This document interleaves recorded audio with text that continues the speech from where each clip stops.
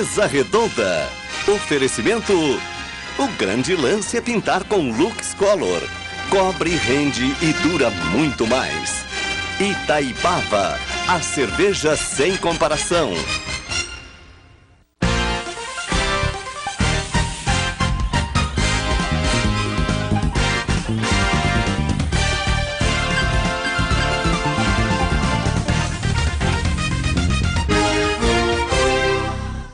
Em questão, oferecimento Simplan Implante Dentário.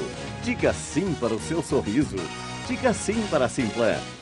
Faculdade Casper Libero, formando os melhores profissionais.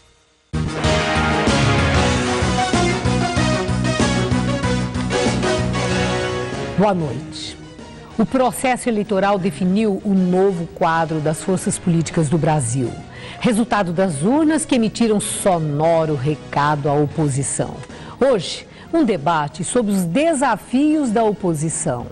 Porta-voz de 44 milhões de eleitores que não votaram na candidata eleita. E em questão quer saber: a oposição decodificou o recado das urnas e a dimensão das novas exigências do futuro? Dispõe de densidade eleitoral necessária para se reinventar e surpreender o país?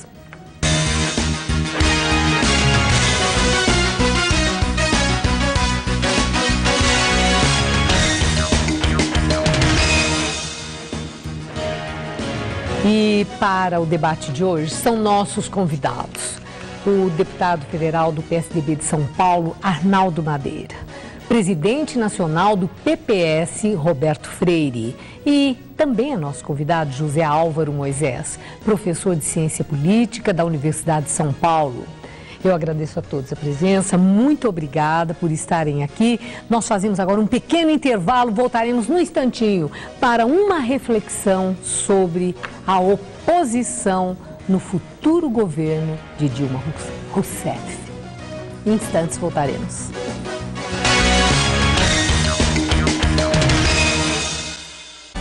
No Todo Seu desta segunda, vamos falar sobre os machões. Aqueles homens destemidos, viris, que se orgulham profundamente de sua masculinidade. Meio bad boys. Você conhece alguém assim? Pois é, os nossos convidados conhecem e vão falar sobre essa espécie de homem. Para nós outros. São eles, o ator Norival Rizzo e o lutador de jiu-jitsu Demian Maia. Bom, tem ainda muitas curiosidades, vamos saber mais sobre a história e os tipos de macarrão, muito legal isso. E tudo sobre o universo das joias raras, mais bonito ainda. E no musical, a banda Escracho, vieram do Rio para aqui. Todo seu, segunda, 10h15 da noite. Como sempre, estou aqui te esperando, né?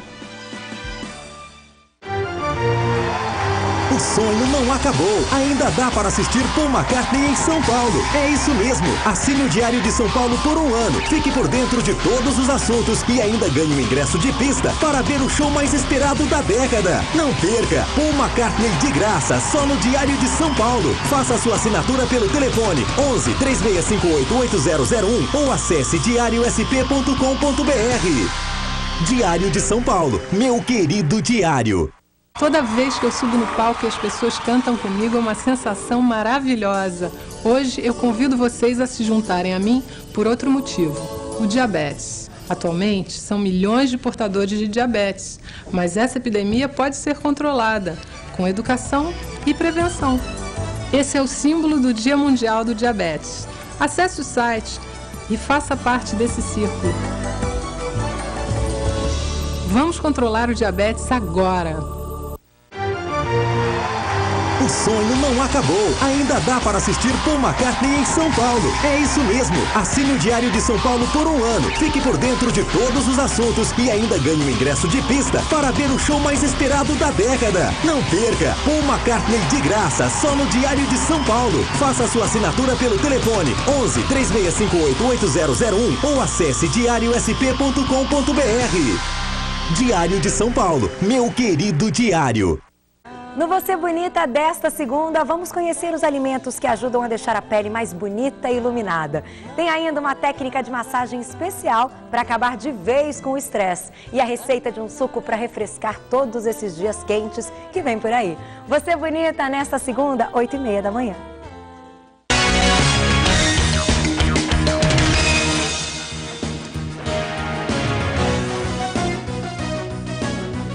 E em questão, debate agora os desafios da oposição para o próximo mandato de Dilma Rousseff.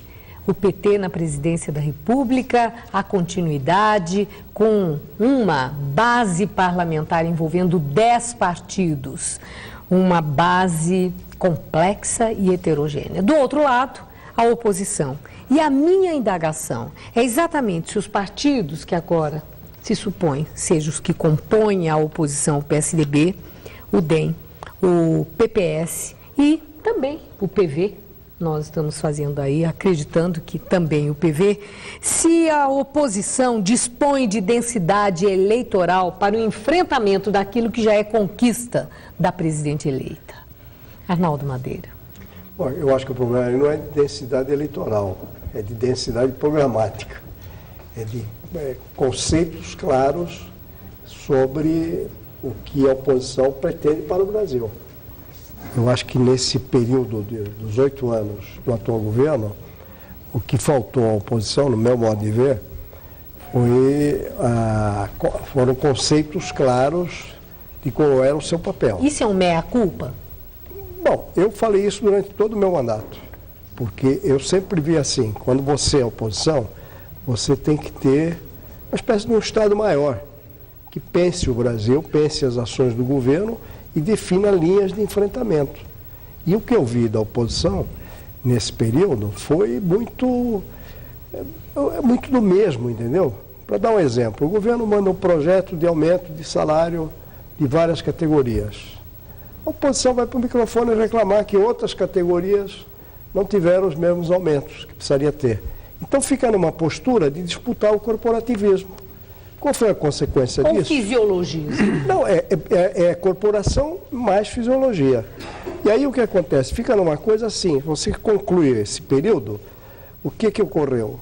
O gasto com salário aumentou mais de 110%, uma inflação de 63%. E aí não se enfrenta esse discurso, aí você fica tudo muito igual. Agora não, nós saímos de uma eleição com 44% dos votos. Portanto, eu acho que a oposição tem uma responsabilidade. E o que me preocupa, só para encerrar minha intervenção inicial, é quando eu começo a ver as autoqualificações de alguns membros da oposição, dizendo, olha, vamos fazer uma oposição responsável, vamos fazer uma oposição generosa com o Brasil, começa a qualificar, já começa a esculhambar. Eu acho que a oposição é oposição na democracia, tem papel, quem é governo e quem é oposição. Mas a oposição, ela é claro para a oposição o recado das urnas, Roberto Freire? E foi bom o recado. Eu não tenho uma visão e concordo com o Arnaldo de que faltou, e eu acrescentaria alguns outros aspectos de que a oposição foi falha em relação ao governo Lula, mas analisando daqui para frente, eu digo que o resultado das urnas foi bom. Até porque quem foi derrotado foi o governo que pensava que ia ganhar de lavagem no primeiro turno. Bom, isso conforta a oposição, mas quem ganhou a eleição foi o governo. Não, mas não é conforto, não. Isso não é conforto, não. É dado concreto, objetivo. Você tem um Brasil em que não se pode menosprezar o poder que tem governos e estados. Nós não temos a política dos governadores, mas temos governadores que podem exercer poder e os principais estados brasileiros, dentre esses principais, a oposição está muito bem credenciada e muito bem fortalecida. Basta dizer que São Paulo, Minas, o sul do país, à exceção do Rio Grande do Sul, você tem uma oposição muito firme. Ganhando. Não vai fazer oposição, até porque foram eleitos para governar. Mas isso significa dizer que o governo não pode fazer o que quer. Então, é um dado importante para a gente analisar. E isso é um problema que nós vamos ter que enfrentar com certa dificuldade, é de que houve um problema por conta da grande aliança que o governo fez, que vai trazer problema para ele pela multiplicidade de partidos, de interesses, mas eles têm uma maioria que é abrumadora. Isso é verdade. E a oposição precisa ter um certo cuidado. Mas há também um aspecto que já começa a ser positivo, é de que parece que vão ter política de blocos. E o centro, um centro mais à direita, o velho centrão brasileiro, já começa a se unificar, PR, PP e PTB. E é já hoje o maior partido da Câmara. Isso vai provocar talvez alguns arranjos de blocos, com alguma tendência de no futuro isso se transformar em partidos, porque esse processo, a tendência é de caminhar por aí, e isso pode ajudar a oposição, se tiver a capacidade de se unificar, de ter uma presença um pouco mais marcante no Congresso Nacional.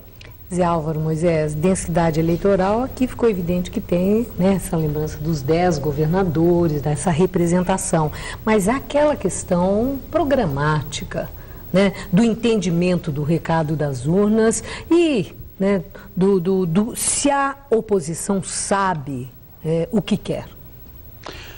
Eu acho que o Arnaldo colocou o dedo na ferida, se me permitem dizer assim. O problema não é só de densidade eleitoral.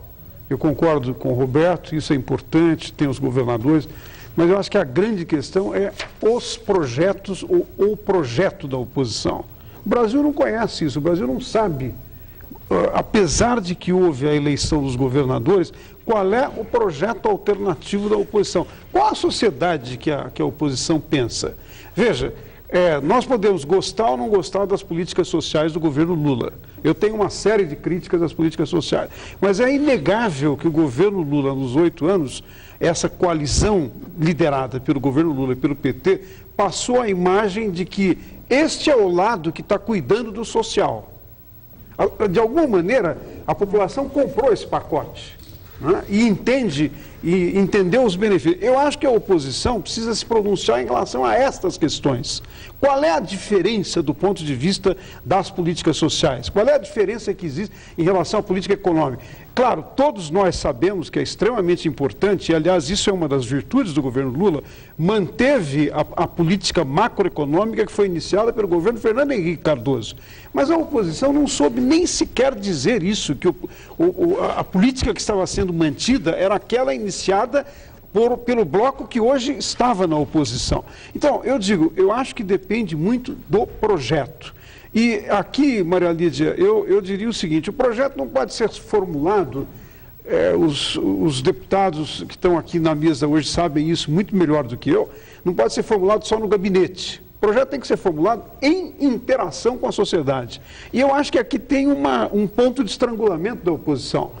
Mas o que é? É uma incapacidade de comunicação da oposição? Fala difícil? É uma dificuldade de ir até a sociedade. Não é para falar, não tem militância, não chega ali com o próximo. Eu diria fazer Eu acho que nós estamos aqui dizendo algo que há uma certa concordância, mas eu queria criar uma polêmica.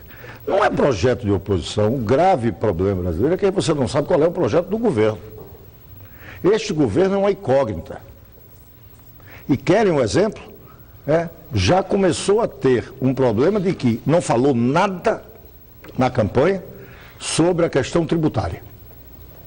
Já levantou a ideia da CPMF, quase como um estelionato. Porque, ao contrário, dizia que o nosso sistema tributário era caótico, era gravoso, e não dizia em nada que iria recriar ou pensava recriar. Vem o governo, ou seja, nós precisamos começar agora aqui a centrar uma oposição que começa a mostrar contradições graves nesse governo. Mas nesse sentido, quer dar outro tem exemplo? Que combinar primeiro na própria oposição. Por exemplo, o governador Anastasia adorou a ideia da CPMF e já apoiou. E é da oposição. Sim, mas o Anastasia virou agora só governador. Ele está preocupado com isso. Por isso que eu